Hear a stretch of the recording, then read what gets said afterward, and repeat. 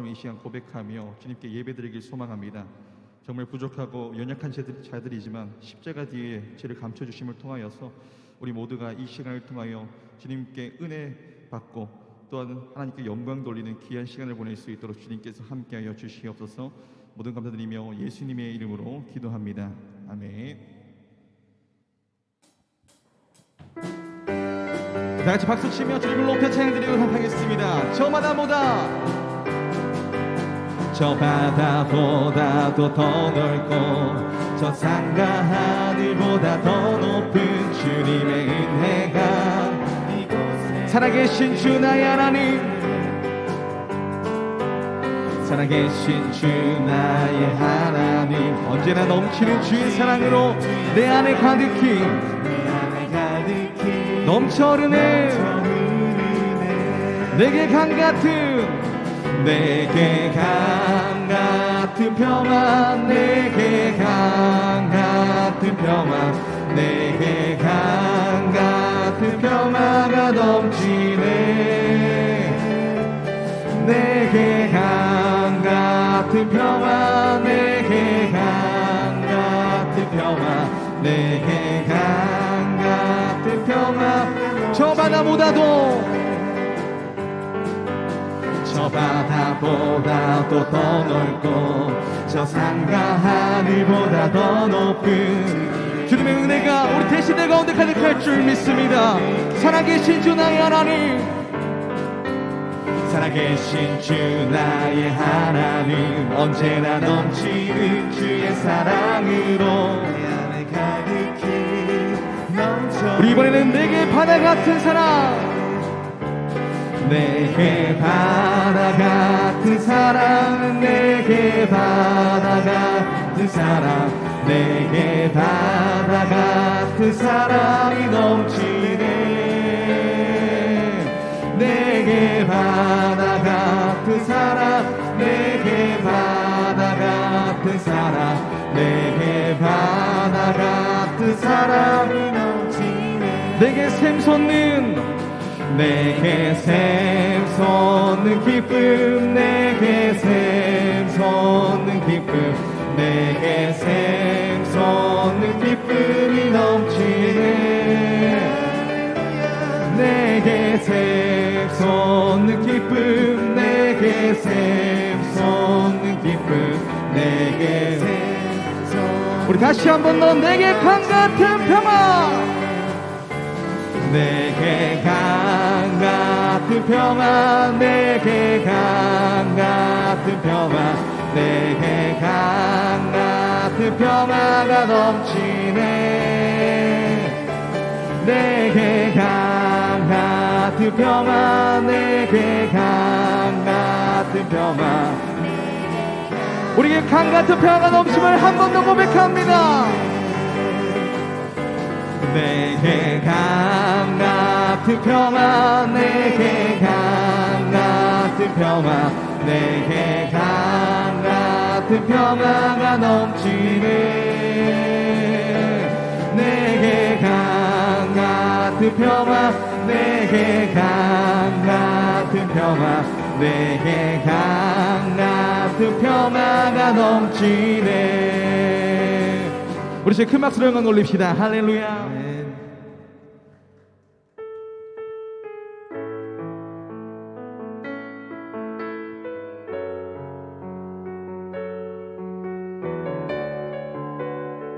마라나타 주 예수여, 마라나타 주 예수여, 어서 오시옵소서, 어서 오시옵소서. 땅의 모든 끝, 모든 족속, 땅의 모든 족속, 주를 찬송하게 하소서, 주를 찬송하게 하소서. 마라나타 주 예수여, 마라나타 주 예수여, 어서 오시옵소서, 어서 오시옵소서. 모든 열방이 주께 돌아와, 모든 열방이 춤추며 경배하게 하소서. 춤추며 경배하게 하소서. 우리 주님 다시 오실 길을 만들자. 우리 주님 다시 오실 길을 만들자. 십자가를 들고 땅 끝까지 우리 가리라. 우리 주님 하늘 영광 온 땅 덮을 때 우린 땅 끝에서 주를 맞으리. 마라나타 마라나타 마라나타. 아멘. 주 예수여 오시옵소서. 마라나타 마라나타 마라나타 마라나타 마라나타 마라나타. 아멘. 주 예수여 오시옵소서. 마라나타 마라나타. 우리 다시 오실 주님을 기억하면서 마라나타 주 예수여. 마라나타 주 예수여 어서 오시옵소서. 땅의 모든 끝 모든 족속 주를 찬송하게 하소서. 주를 찬송하게. 마라나타 주 예수여 어서 오시옵소서. 마라나타 주 예수여 어서 오시옵소서. 모든 열방이 주께 돌아와.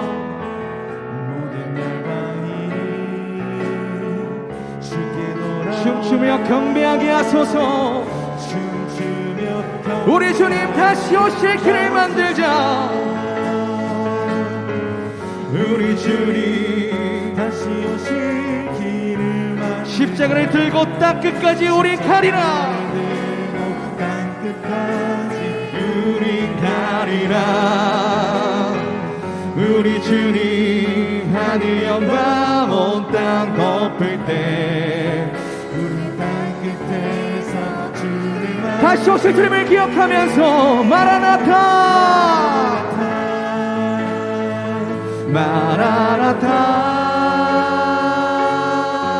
아멘. 주 예수여 오시옵소서. 마라나타 마라나타. 아멘. 주 예수여 마라나타 마라나타 마라나타 마라나타. 아멘. 주 예수여 오시옵소서. 마라나타 마라나타. 다시 오실 주님을 기억하면서 마라나타 마라나타 마라나타. 아멘. 주 예수여 오시옵소서. 마라나타 마라나타. 마라나타 마라나타 마라나타. 아멘. 주 예수여 오시옵소서. 마라나타 마라나타. 우리 사모하는 주님을 높여 찬양 드립시다. 내 사모하는 주님 온 세상 내 사모하는 주님 영광의 왕이시라. 내 사모하는 주님. 우리 계속 전심으로 주님을 높여 찬양드립니다. 내 사모하는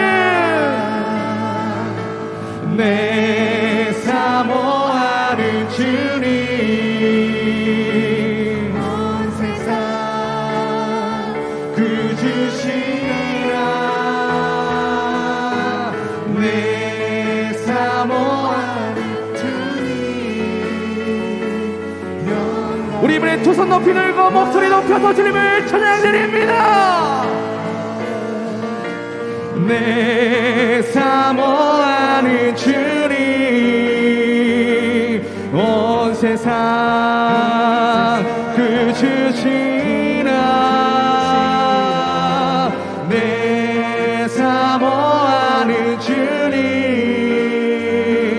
영광의 왕이. 우리 시간 같이 기도드리길 소망합니다. 내 사모하는 주님, 우리의 왕이신 주님, 우리가 이 시간 주님을 높여 찬양드리며 예배드리길 원합니다라고 우리 다같이 주여 한번 외치면서 나아갑니다. 주여. 사랑의 없이 하나님 아버지, 우리가 이 시간을 통하여서 주님을 전심으로 찬양드리길 소망합니다. 우리의 왕이시고 우리의 주님이신 주님을 높여 찬양드리길 원하오니 우리의 예배와 찬양을 받아 주시옵소서.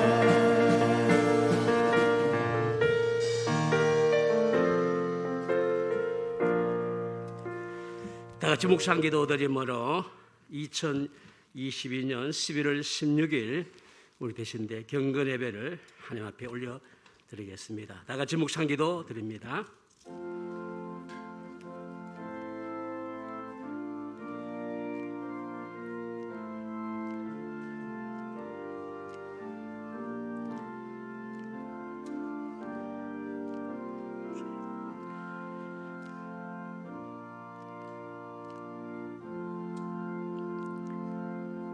복 있는 사람은 악인들의 꾀를 따르지 아니하며 죄인들의 길에 서지 아니하며 오만한 자들의 자리에 앉지 아니하고 오직 여호와의 율법을 즐거워하여 그의 율법을 주야로 묵상하는도다. 아멘. 사도신경으로 신앙 고백을 주님께 올려드리겠습니다.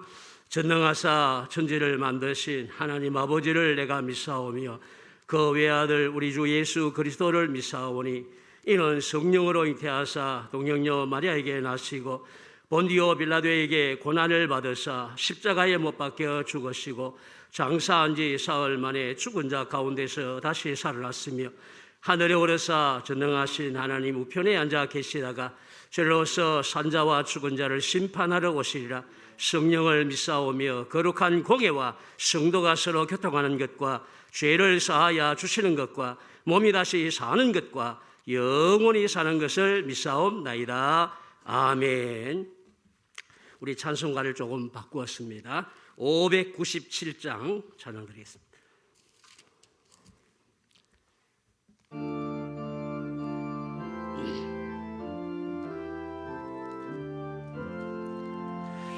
이전에 주님을 내가 몰라 영광의 주님을 희망했다. 지극한 권에 내게 넘쳐 날 불러주시니 고마워라. 나 받은 달란트 얼마른가 나 힘써 그것을 남기어서 갑절로 주님께 바치오면 충성된 종이라 상 주시리. 천하고 무능한 나에게도 귀정한 직분을 맡기셨다. 그 은혜 고맙고 고마워라. 예 생명 바쳐서 충성하리. 나는 일들이 하도 적어 큰 열매 눈앞에 안 베어도 주님께 죽도록 충성하며 생명의 면류가 얻으리라.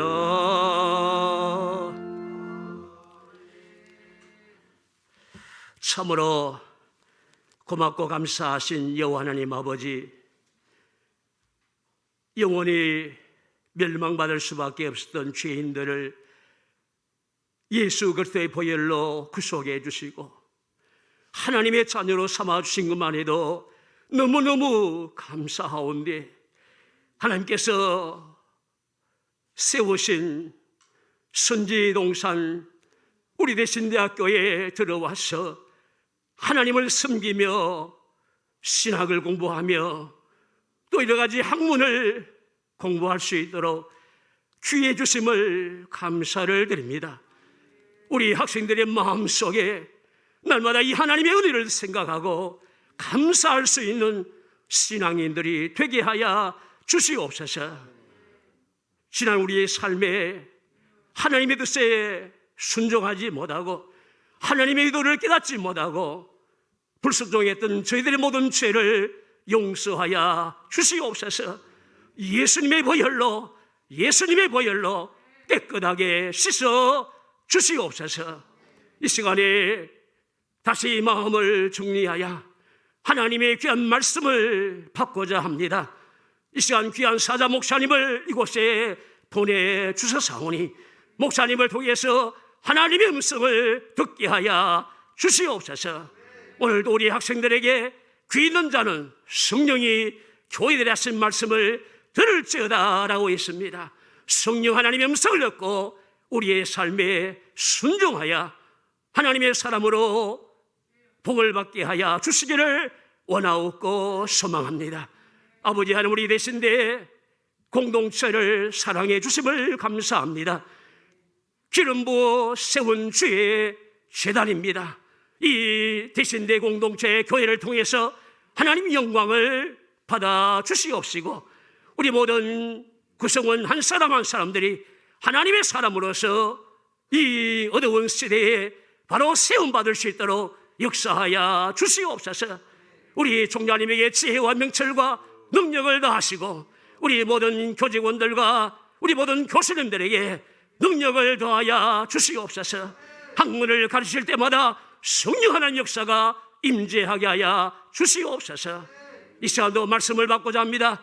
하나님의 성령님이 함께 하시고 귀한 우리 사자 목사님, 우리 조효재 목사님을 통해서 주시는 하나님의 음성을 바로 듣고 순종하는 삶을 살게 하여 주시옵소서.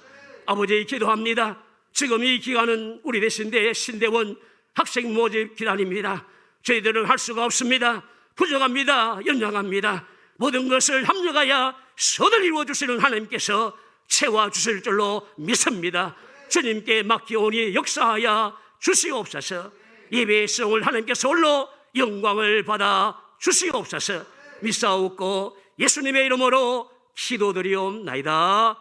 아멘.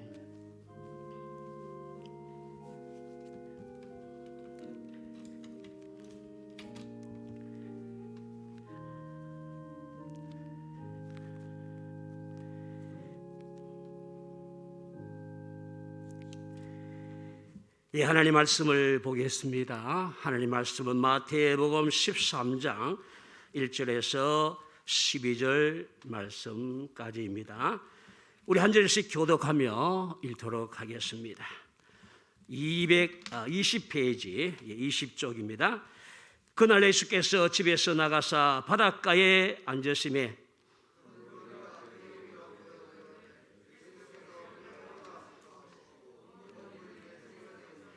예수께서 비유로 여러 가지를 그들에게 말씀하여 이르시되 씨를 뿌리는 자가 뿌리러 나가서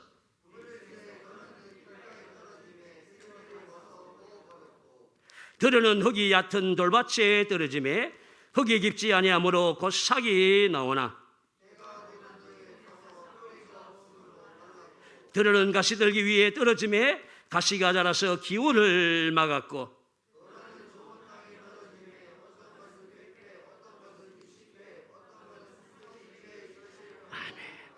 귀 있는 자는 들으라 하시니라.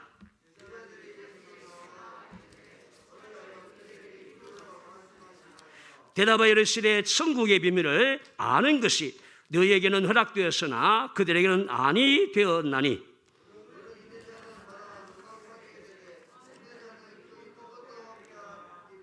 아멘. 이 시간 우리 최대 총장님께서 나오셔서 강사 목사님 환영을 하도록 하겠습니다. 이어서 우리 의송교회를 담임하고 계시는 우리 조혜선 목사님 나오셔서 소명, 태도, 목적이라는 말씀을 가지고 말씀을 전하도록 하시겠습니다.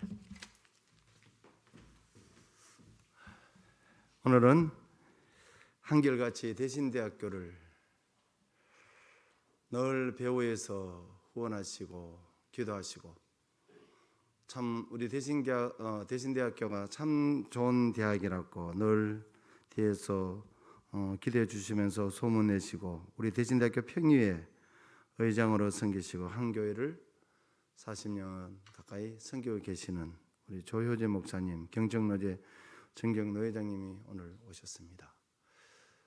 이제 2학기를 우리가 거의 막바지가 되어 가는데 우리 학교에는 연륜이 깊으신 우리 목사님들도 오시고 또 젊은 목사님들도 오시고 서울에서도 오시고 전국에서 다 오시는데 여러분 끝까지 우리 학교에 정말 이렇게 늘 후원해 주시고 또 배후에서 기도해 주시는 이런 목사님들이 계셔서 학교가 여기까지 왔다는 거 여러분 꼭 기억하시고 오늘 은혜 받는 시간 되시고 또 이 학기를 우리가 잘 마무리할 수 있도록 여러분 부탁을 드립니다. 그럼 목사님 나오실 때 따뜻하게 환영의 박수 하고 우리가 말씀 듣도록 하겠습니다. 이제 목사님 나오시겠습니다.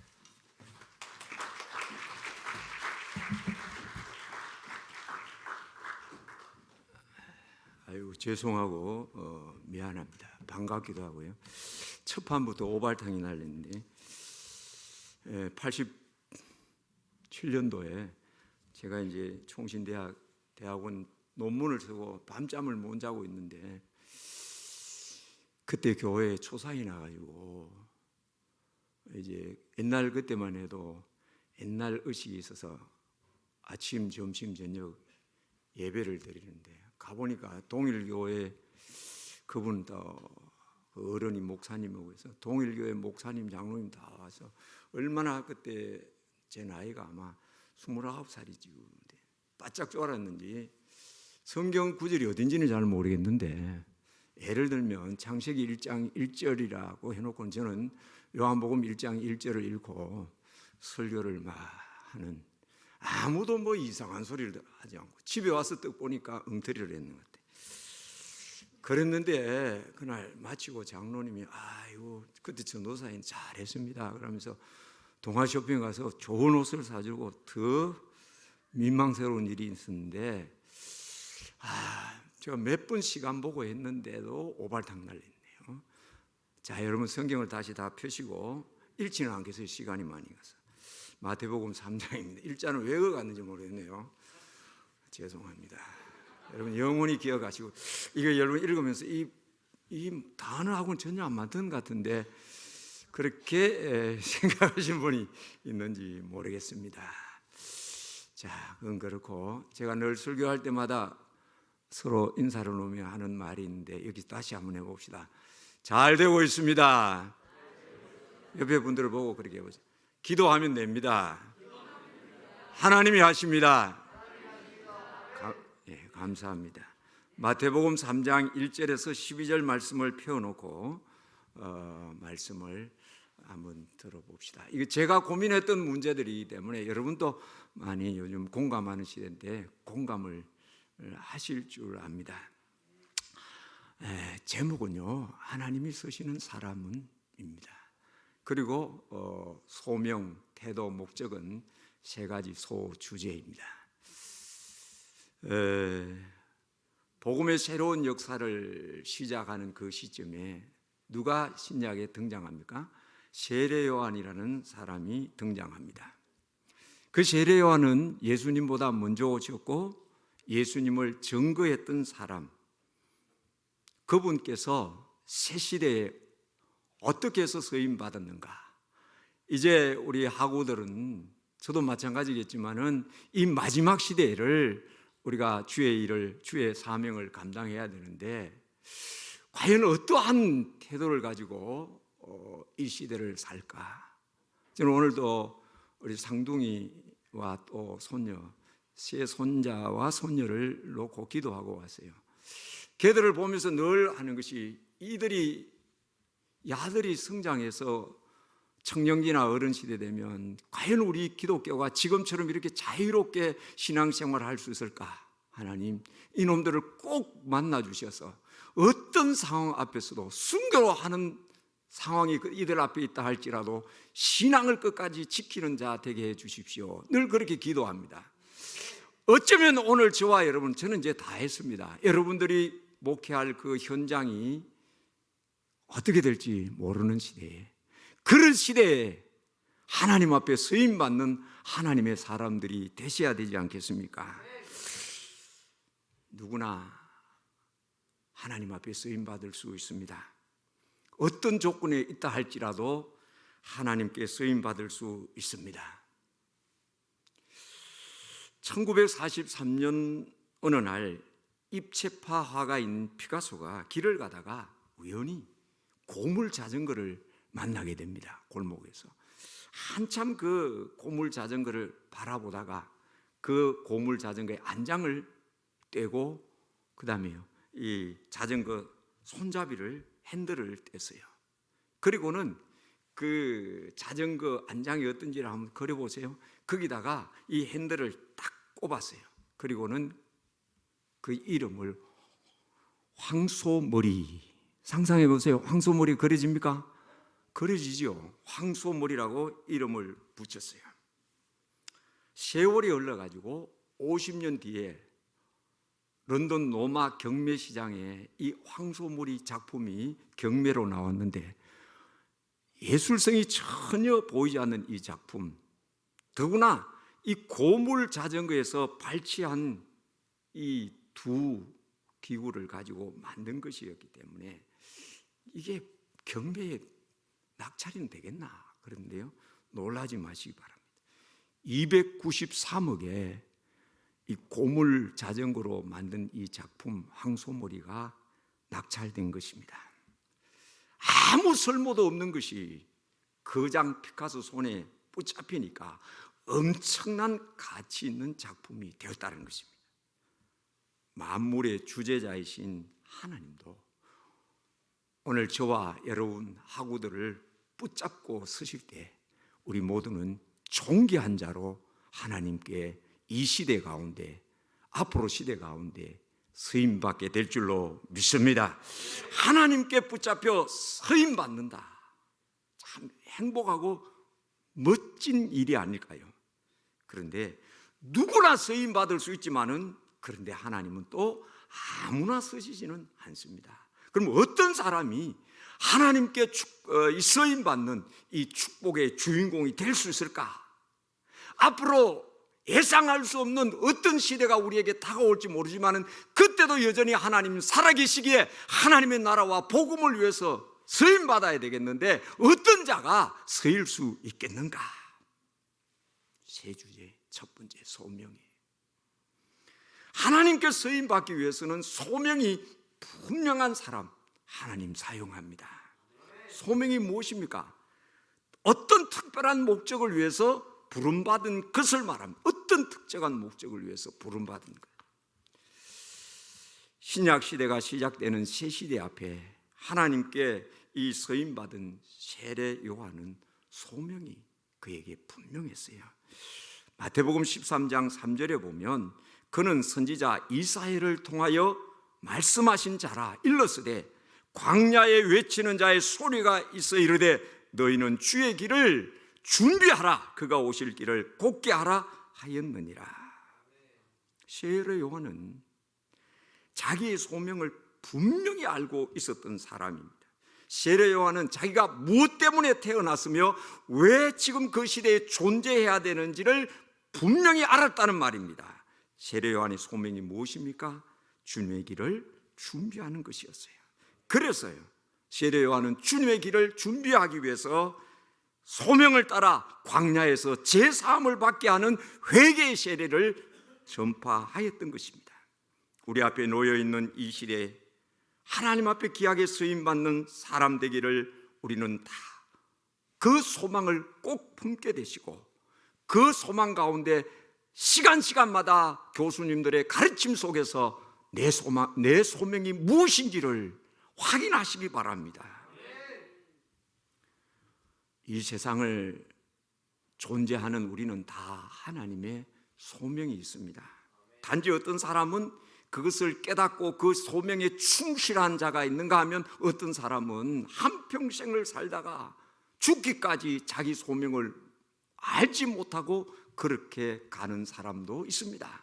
세례 요한은 자신의 소명이 무엇인지 분명히 알고 있었습니다. 그래서 세례 요한은 사람들의 마음을 예수 그리스도께로 향하도록 준비시키기 위해서 그 앞에 찾아오는 자들에게 회개하라고 외쳤습니다. 세례 요한은 자기 소명을 이렇게 말합니다. 본문 3절에 보면 광야에 외치는 자의 뭐라고요? 소리라. 요한은 예수님의 길을 준비하는 일을 위해서 이 땅에 왔음을 분명히 알고 있었던 사람입니다. 그래서 그 일에 그는 헌신을 하고 열정을 다해서 하다가 자기 목숨을 바치면서까지 그 일을 감당했습니다. 이것이 요한의 또한 소명이었어요. 사명이었어요. 소명은 뭐라고요? 하나님께 내가 부름받는 것이고 사명은 자기 그 소명 앞에 응답하고 나아가는 것이 사명입니다. 이 소명이 분명하지 않으면 사명도 바로 감당할 수 없다는 말이에요. 세례 요한은 자기 소명을 분명히 알았기에 마지막 자기 목숨을 순교의 제물을 드리는 그 순간까지 그 사명에 충실했던 것이죠. 왜냐하면 그 소명이 너무도 분명했기 때문입니다. 무엇 때문에 살고 있습니까? 이 땅에 존재하는 이유가 무엇입니까? 그것은 소명이어야 합니다. 저는 목사를 89년도에 안수를 받았는데 안수 받기 이전 지금 있던 교회 전도사로 있다가 다른 교회에 있다가 계시던 목사님이 다른 곳으로 가고 강도사 시험 치기 전에 교육 전도사 하던 교회로 다시 부임을 했어요. 그래서 이제 목사 시험을 우리 서영태 교수님하고 같이 목사 시험을 쳤는데 그해 이제 어떤 일이 있었느냐 하면 그 여름에 우리 전도사님이 우리 중고등부 아이들을 데리고 대진 해수욕장에 갔는데요. 월요일 날 가서 저는 그때 서점에 있었는데 집에 오니까 제 아내가 자꾸 전화가 온다 그랬어요. 조금 있으니 또 전화와. 전화한 사람이 우리 전도사님인데 목사님 큰일 났습니다. 누구누구가 익사했습니다. 이제 목사 안수를 바로 그때가 8월 달이었는데 9월 달 봤는데 그때 또 교회는요 장로 투표를 하고 교회가 막 분탕질이 일어나가지고 난리 났어요. 그 장로 시험 떨어진 양반이 노예 가서 서 교수는 들은지 모르지만 조 목사는 간접 살인자라 그러고 노예 교회는 시끄러워. 그래서 일주일 동안 강단에 엎드려가지고 하나님 우리 어머니가 제가 생기기도 전에 아들 놓고 안 아프면 무조건 목사입니다.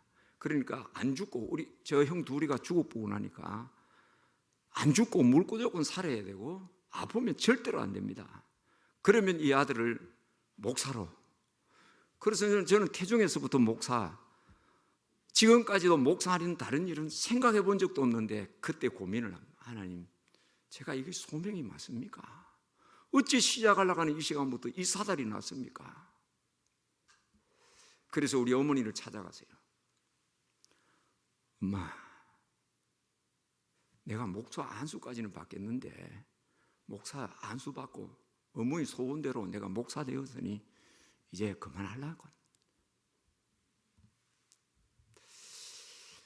목사 안수를 받는데 이 소명이 흔들리지는 거예요. 맥이 다 빠지니 교회는 애 하나 죽었지요. 장로 떨어졌다고 온갖 야단 법석을 뜨는데 왜 하필이면 좋게 시작해야 되는 이런 사달이 일어날까? 일주일간 기도하다가 나중에는 이런 게 하나님 그놈의 새끼가 어느 새끼인지 빨리 죽어 부으면 좋겠다. 직분을 말하면 안 되고요. 그런데 이튿날인가 3일째 되는 야 니부터 먼저 죽어야 되는데 하는 이런 생각이 또 오는 거예요. 다시는 그 말을 못 하겠더라고요. 그래서 어떤 목사님을 찾아가세요. 우리 노예 1번이었던 내 친구 장인어른인데 나는 안수받고 목사 안 하렵니다 하니까 그 어른이 말이 노발대 목사 니 하고 싶다고 하고 뭐 하기 싫다고 하는 게 줄 알아. 그때 제가 이 소명에 대한 문제를 정말 고민을 했어요. 그러다가 제가 이제 우리 어머니하고 이야기를 쭉 듣는 가운데 아 그렇구나. 꼭 내가 선택하는 것이 아니고 우리 어머니는 저는 이상한 사람 세 사람을 봤는데 그 중에 한 사람이 우리 어머니예요. 교회 처음 나가가지고 하나님 앞에 이렇게 야곱처럼 씨름한 거예요. 아들이고 안 죽고 안 아프면 무조건 목사라. 교회 처음 나간 양반이 그렇게 기도한 거예요. 제가 아는 두 목사님인데 이 양반은 처음 교회 가는 그날 하나님 내 목사 되겠다 하는 희한한 사람이 있더니 세 사람 희한한 사람이잖아요. 교회 좀 땡겨보고 기도가 뭔지 알아야 아 우리 아들 목사 시켜야 되겠다 이러는데 무조건 안 죽고 안 아프면 아들이면 목사입니다. 그러세요.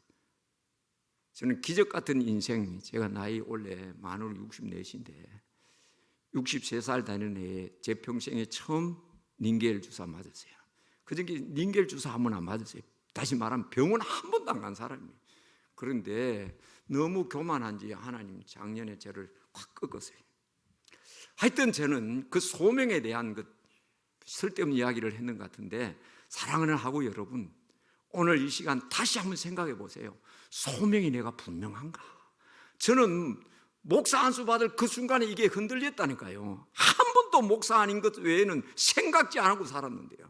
우리 어머니는 부흥회 하면 부흥 강사한테 조그만함 들고 이놈 이거 목사 될 낀데 기도해 주세요.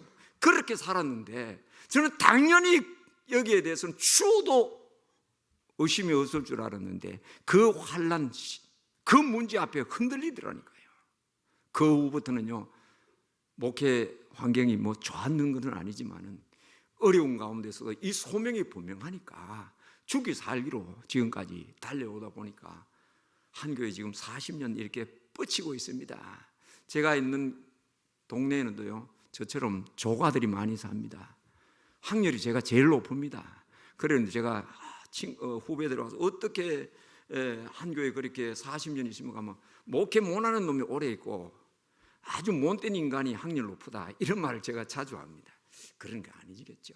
사랑하는 여러분, 헛소리 같은 이 소리 헛소리로 듣지 마시고 여러분 앞으로 훌륭한 목회자가 되어서 이 학교를 빛내는 하나님의 사람들이 되셔야 되지 않겠어요? 그 길은요 소명부터 확인하셔야 합니다. 소명의식이 분명해야 합니다. 무엇 때문에 내가 존재하는가? 무엇 때문에 지금 내가 이 자리에 앉아 계시는가? 확인해 보세요. 본문 3절을 보면 마태복음 13장 3절에 보면 세례 요한은 하나님의 말씀을 통해서 하나님의 부르심을 구약의 이사야 선지자를 통하여 한 그 말씀을 통하여 그런 확인을 했습니다. 그리고 오늘 13장 7절 이하에 보면 세례 요한은 그 부르심의 소명을 위해서 일하는 모습을 보게 됩니다. 하나님께 쓰임받는 복된 사람이 되기를 원합니까? 소명이 분명해야 합니다. 그리고 그 소명의식을 따라 살아가는 것입니다. 이 소명대로 열정적 삶을 살아가는 우리 사랑하는 후배하고 여러분 꼭 되시기를 저도 기도하고 여러분도 기도하시고 그렇게 살아가시기를 축복합니다. 그러면 어떤 시대 앞에서도 틀림없이 여러분의 뭐 어떤 상황 조건을 초월해서 귀하게 쓰임받는 하나님의 사람이 될 줄로 믿습니다. 두 번째는요, 태도예요. 하나님께 쓰임받기 위해서는 삶의 태도가 분명해야 합니다. 이 태도가 분명하기 위해서는 제가 두 가지 질문을 던져봅니다. 자주 하는 질문인데요, 사랑하는 여러분, 하나님을 믿습니까? 이 질문은 참 저도 저한테 질문하면 대답이 곤란한 질문. 하나님을 믿는다 그랬는 여러분, 하나님께서 여러분을 믿겠습니까? 대단하네요. 아멘 가신 우리 서교사님. 저는 물으면 저도 어떤 이 질문을 스스로 해보면, 오늘 새벽기도 다니엘 기도 때문에 안 했는데 5시에 가서 스스로 오늘 하나님 이 질문을 학우들에게 하기 전에 저한테 다시 해봅니다. 하나님 죄 믿습니까? 야, 네가 대답해야 되는데 죄송한데요, 자신이 없네요. 아직. 다음 질문을 해볼게요. 여러분은 누구를, 무슨 대상을 가장 사랑합니까? 여러분은 누구를, 무슨 대상을 가장 두려워합니까? 답은 하나인데요, 다시 이제 대답해 보세요. 여러분은 누구를 제일 사랑합니까? 여러분은 누구를 제일 두려워합니까? 그렇습니까? 네. 그런 분은 삶에 분명한 태도를 가지고 살 것입니다. 내가 제일 사랑하는 그분을 위하여 연애해 보셨어요? 연애해 본 사람은 사랑하는 사람, 그 사람 마음 맞추려고 살잖아요. 또요, 하나님을 제일 두려워하고 사랑하면 내 삶의 태도가 달라집니다. 잘 이해가 안 되시면 이 질문을 집에 가셔가지고 이불 뒤비시고, 그때는 이제 이불 덮으시고 해요. 조용히 자기만 1대1로 자기 자신과 1대1로 직면해서 질문해 보세요. 그러면 내가 이래 살아서는 안 되겠구나. 이 태도, 하나님께 쓰임받기 위해서는 태도가 분명해야 합니다. 세례 요한이 그랬어요. 세례 요한은 자신의 소명을 위해서 첫 번째 단순한 삶의 태도를 가졌어요. 단순한 삶의 태도. 자, 4절에 보면 요한은 옷을 낙타 트롯을 입었고, 그가 맨 허리띠는 가죽띠였고, 그가 먹은 음식은 메뚜기였고 석청이었어요. 이 낙타 트롯은 당시의 서민들이, 가난한 서민들이 선택한 옷이라고 그래요. 가죽띠, 가죽 허리띠 요즘은 비싸지만 그때도 서민들이 주로 사용하는 것이라고. 그 다음에 요한이 먹은 음식이요, 메뚜기, 가난한 서민들이 애용했던 단순한 먹을거리라고 합니다. 그 다음에 석청은요, 야생꿀이죠. 일반 시민들이 흔히 취할 수 있는 것입니다. 자, 이 낙타 트롯과 가죽띠와 그 다음에 메뚜기, 석청, 어떤 느낌이 옵니까? 세례 요한은 참 단순한 삶을 살았다. 자기의 소명이 무엇인지 분명히 알았기 때문에 자기 생활에 얽매이는 것들을 두지 않았다는 거예요. 히브리서 11장 24절 26절에 보면 모세가 하나님의 부르심을 받고 자신의 소명을 분명히 알고 난 후에 바로 공주의 아들이라는 계급장을 띱니다. 그리고는요, 하나님의 백성들과 함께 고난받는 것을 스스로 자청했습니다. 애굽에서 당하는 받는 그 어떤 보화보다 고난받는 것을, 하나님의 백성과 함께 고난받는 것을 귀하게 여겼습니다.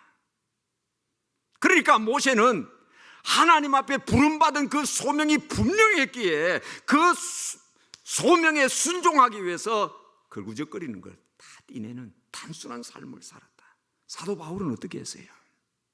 그가 유명한 유대교의 지도자가 되기 위해서 유학을 가서 최고의 지도자한테 율법을 배우던 자였어요. 그런데 그는 예수님을 만나고 그 후에 그 모든 것, 자기에게 유익되었던 모든 것들을 어떻게 해요? 배설물과 같이 버렸어요. 그리고 우리가 사도행전을 읽어보면 사도 바울의 그 전도 여행기가 쭉 나오는데요. 그것을 읽으면서 저는 두 가지 질문을 해봅니다. 바울이 왜 이렇게 사실까? 바울이 어떻게 이렇게 했을까? 지금 우리도 한 두 달쯤 주일 오후마다 이 사도행전을 묵상하는데 계속 이 질문을 우리 성도들에게 하게 합니다. 어째서 바울은 왜 이렇게 했을까? 그 일을 어떻게 했을까? 대답 한번 해봅시다.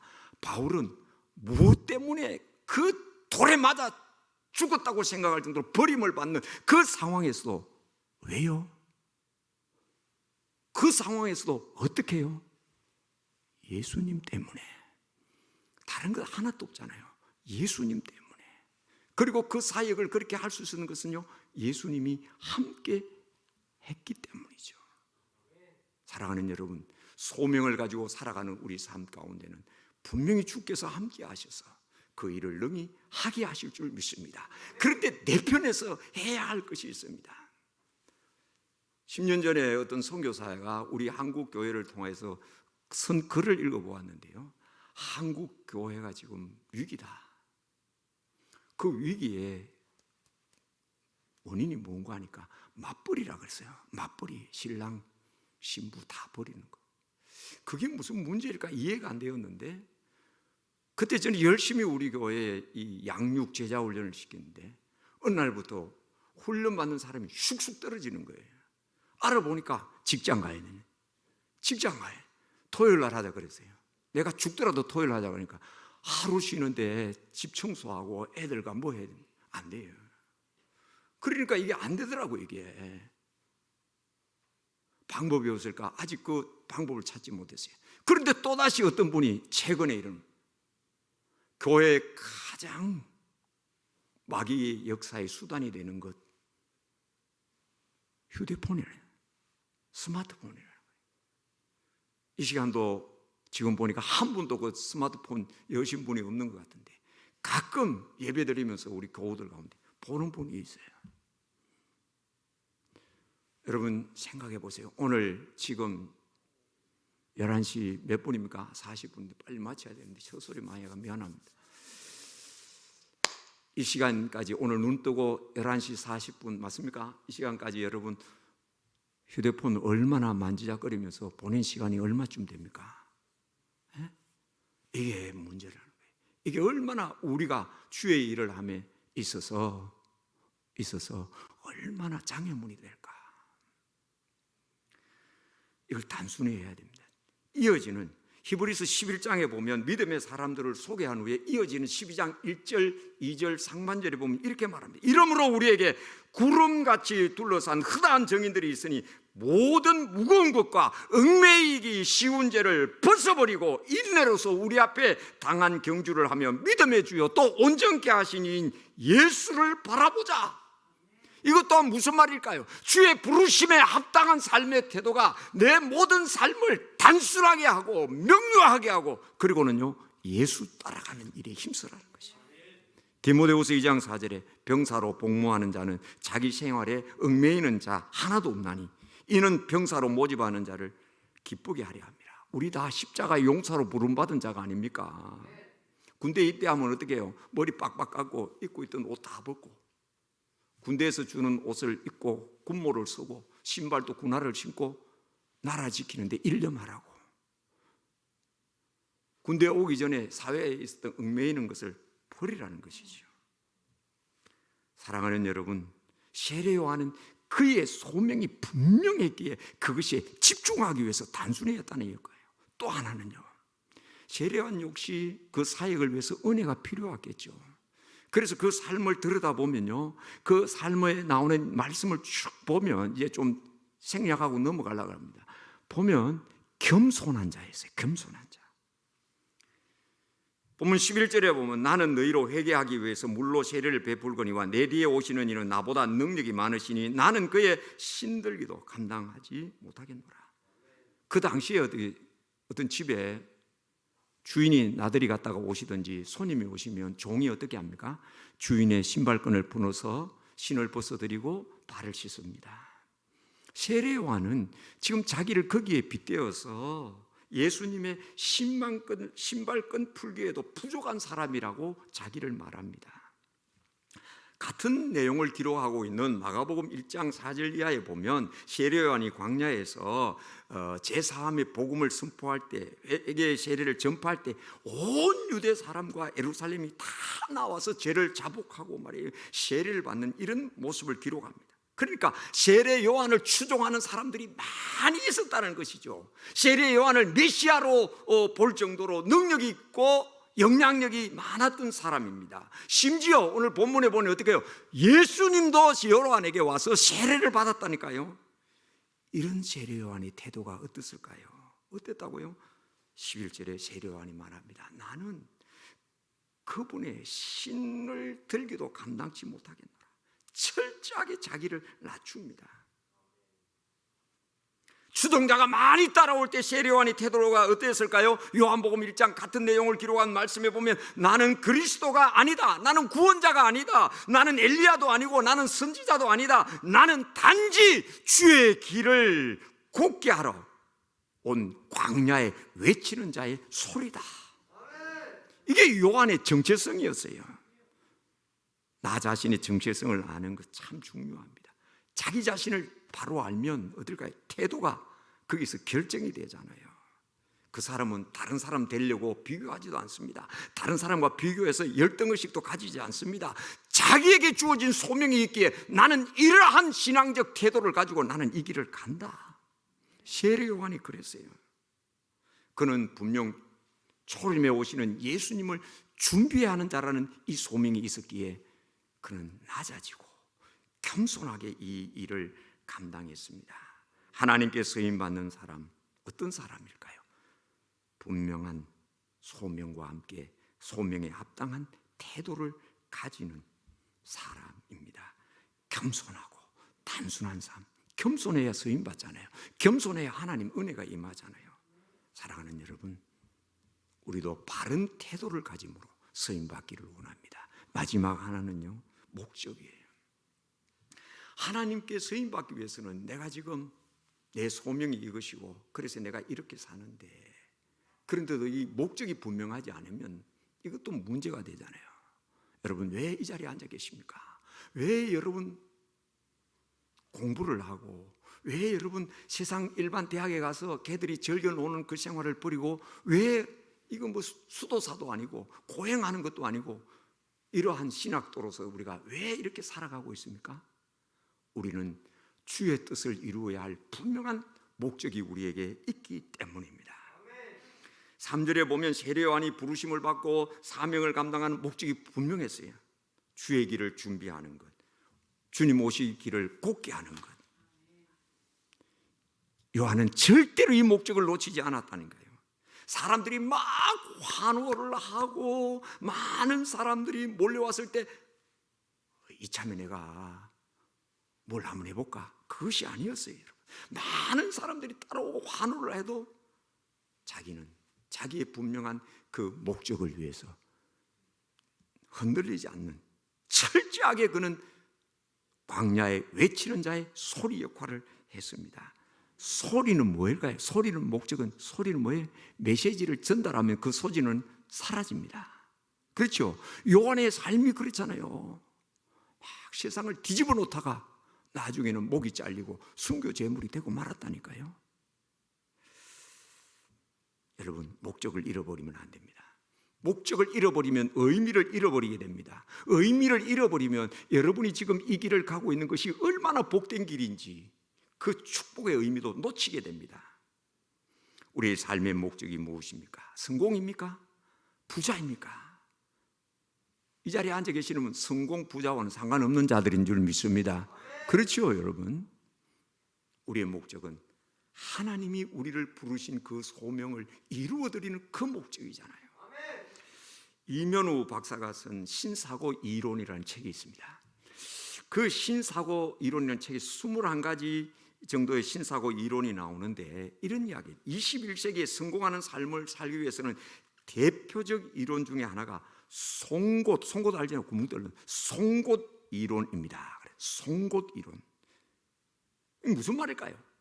무엇인가 목적을 세우고 그 목적을 이루기 위해서는 날카로운 송곳처럼 그 목적에 단순화하고 집중해야 된다는 것이.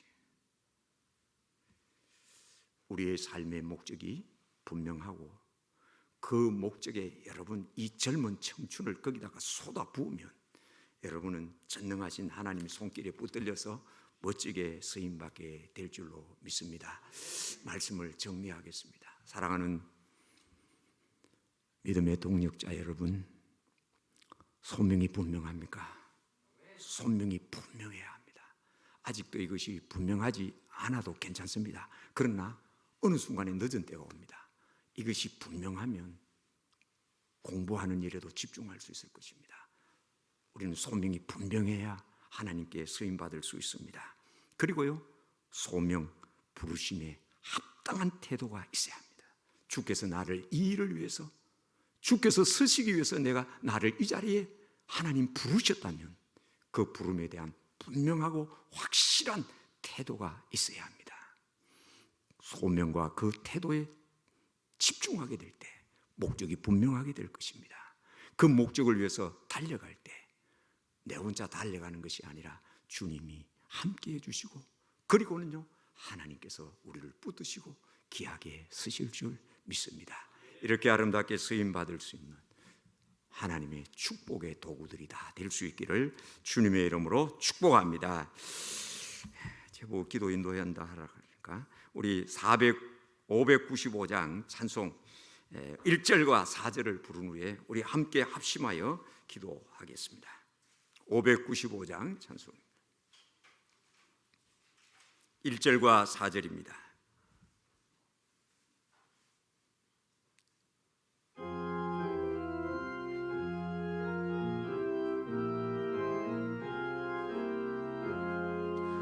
나 맡은 본분은 구주를 높이고 문영원 구원 얻도록 잘 인도함이라.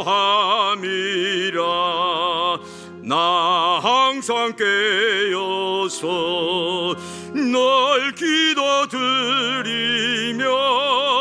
내 믿음 변치 않도록 날 도와주소서.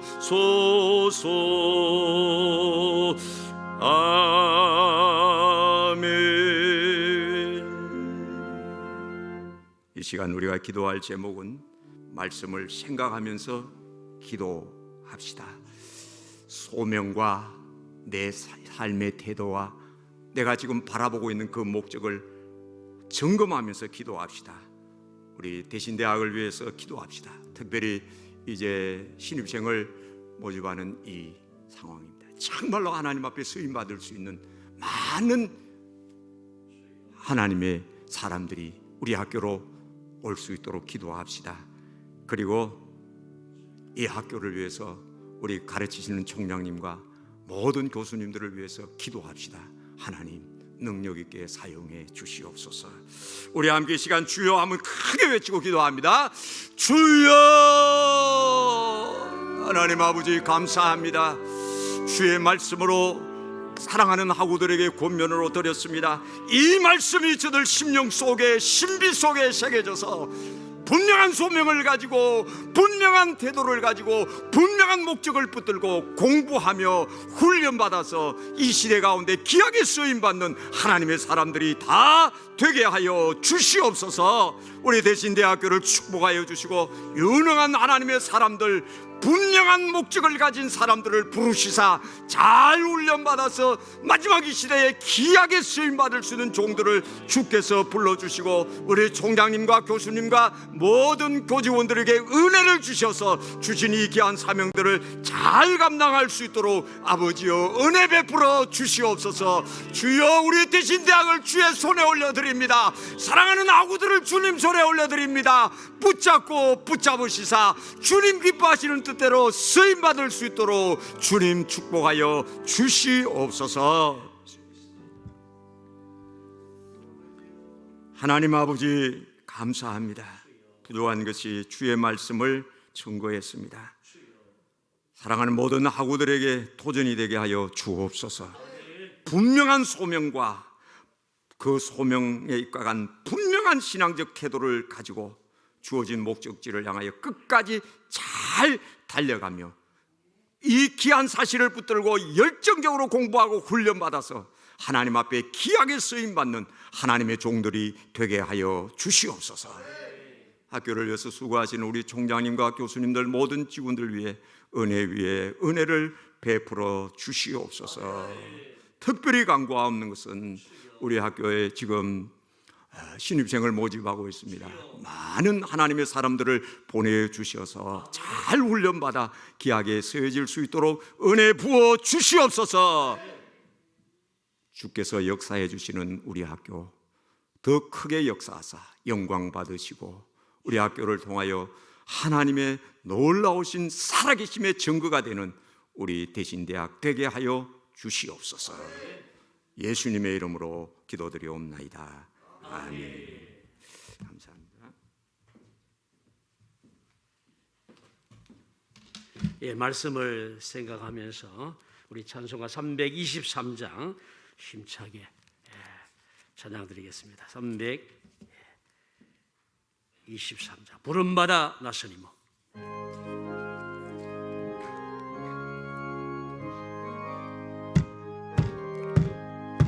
부름받아 나서니모 어디든지 가오리다. 괴로우나 즐거우나 주만 따라가오리네. 어느 누가 막으리까 죽음인들 막으리까 어느 누가 막으리까 죽음인들 막으리까. 악을 골짝 빈들에도 복음 들고 가오리다. 소돔 같은 거리에도 살아가고 찾아가서 속의 몸에 지닌 것도 아낌없이 도리리다. 속의 몸에 지닌 것도 아낌없이 도리리다. 성기 영광 모든 것이 주의 볼로 받으소서. 멸시 전대 십자가는 제가 지고 가오리도 예름 없이 빛도 없이 감사하며 섬기리다. 예름 없이 빛도 없이 감사하며 섬기리다. 아멘.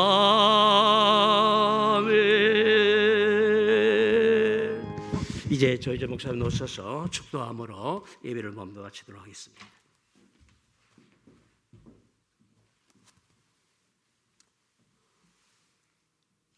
지금은 우리 주 예수 그리스도의 은혜와 하나님 우리 아버지의 극진하신 사랑과 성령의 교통하시고 감동하심이 하나님께 쓰임받기로 결단하는 사랑하는 우리 모든 아우들 머리 위에 우리 대신대학교를 이끌어가시는 총장님과 모든 교수님과 교직원들 위해 이제로부터 영원 무궁토록 함께 있을지어다. 아멘.